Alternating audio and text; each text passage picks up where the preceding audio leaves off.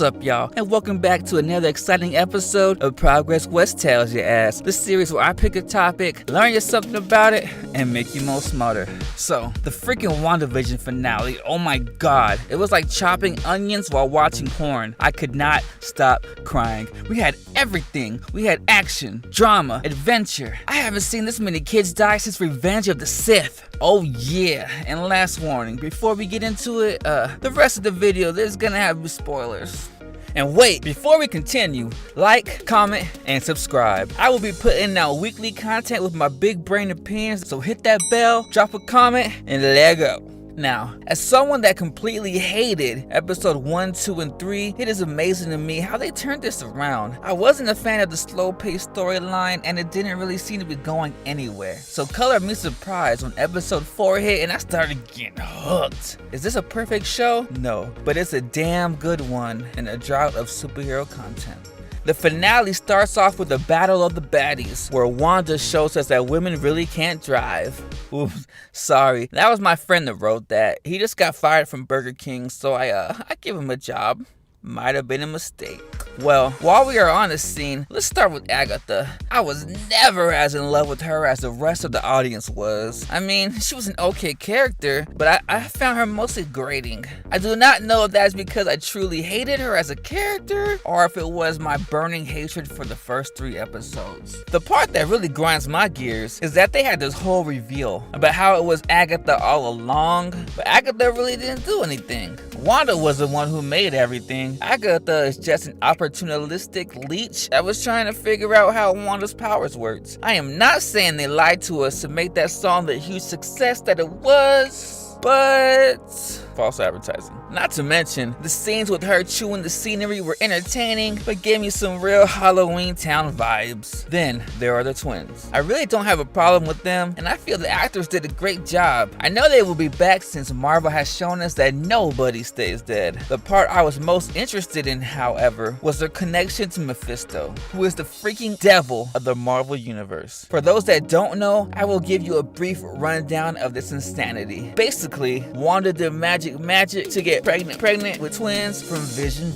Around the same time, this one dude named Master Pandemonium, yes, that was his real name. So, dude got into a car crash, loses his arm, and sells his soul to Mephisto. So Mephisto, being the nice guy that he is, cuts off his other arm and replaces them both with demons. The Masturbator, the Master Pandemonium, then gets tricked into kidnapping Wanda's kids, and we find out they are actually parts of Mephisto's soul. It got dark. Wanda lost her kids, but eventually got them back. So yay comics, I guess. And my boy Vision, or Vishan, as the meme community has dubbed him, held his own in this show. The fight where he goes toe-to-toe with his clone is like a better version of Man of Steel. I was really surprised with how off-putting and creepy the white suit looks, but after he turned into a good guy, he didn't look so bad. Maybe it was just his constipated face that irked me, or maybe it is my burning hatred for the Dalmar and any Mer that is not a Dunmer. Dunmer for life, son!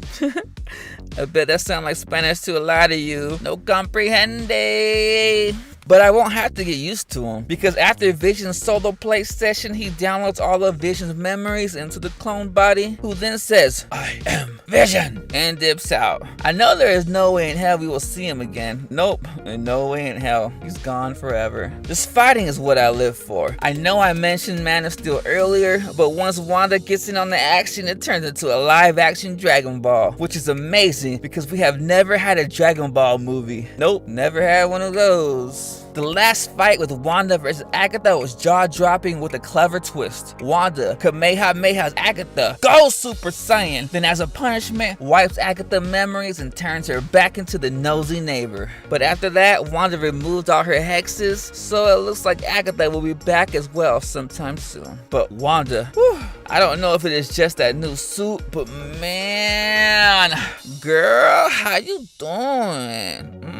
Anyways, this series has done wonders for Wanda. She always felt like more of a background character in the Avenger movies, but they made up for it with this series. Elizabeth Olsen is fantastic in the role. She really sells the turmoil she was going through as she realized it was her that did all of this and took the whole town hostage. Seeing her come to grips with this reality, then having to say goodbye to her kids and her husband, it is absolutely heartbreaking, and I will be the first to say that she deserves an Emmy. I'm not gonna lie, I held it together pretty well, but the scene at the end with the family walking home got me. I started bawling. By the end of the finale, I was looking like Kevin Smith in a Marvel convention. But the absolute saddest part was the Quicksilver reveal. RIP to all of the great fan theories we had about getting the X-Men soon. Kevin Feige says we won't see the X-Men for a while, but I was hoping he was lying. Then to add insult to injury, they made Quicksilver a boner.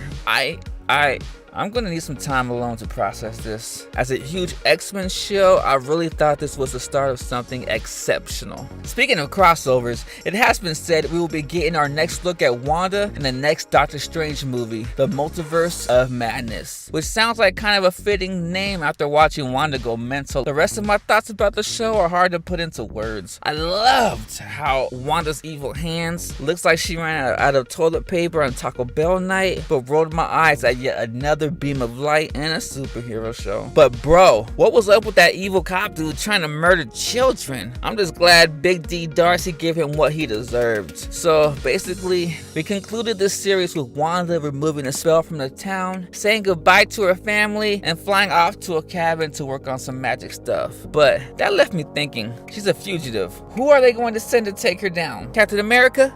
No, he old. Iron Man? Dead. Hulk, erectile dysfunction. Thor, fat in space. Black Widow, dead. Spider-Man, criminal. Hawkeye. Looking back at the series as a whole, I still liked it, but I didn't Kevin Smith like it. It brought me closer to Wanda and made me appreciate her more as a character, but I still feel like the first episodes were too much filler and didn't really move the plot along. They would have tightened up the first half of the season. I feel like this would have been on the level of the Avengers movies. I have not been excited for the Winter Soldier and Falcon series, but if they can turn the show around the way they did this one, I might actually give it a try. 7 out of 10. Scarlet Witch is going to jail and the Vision is dead. Bye.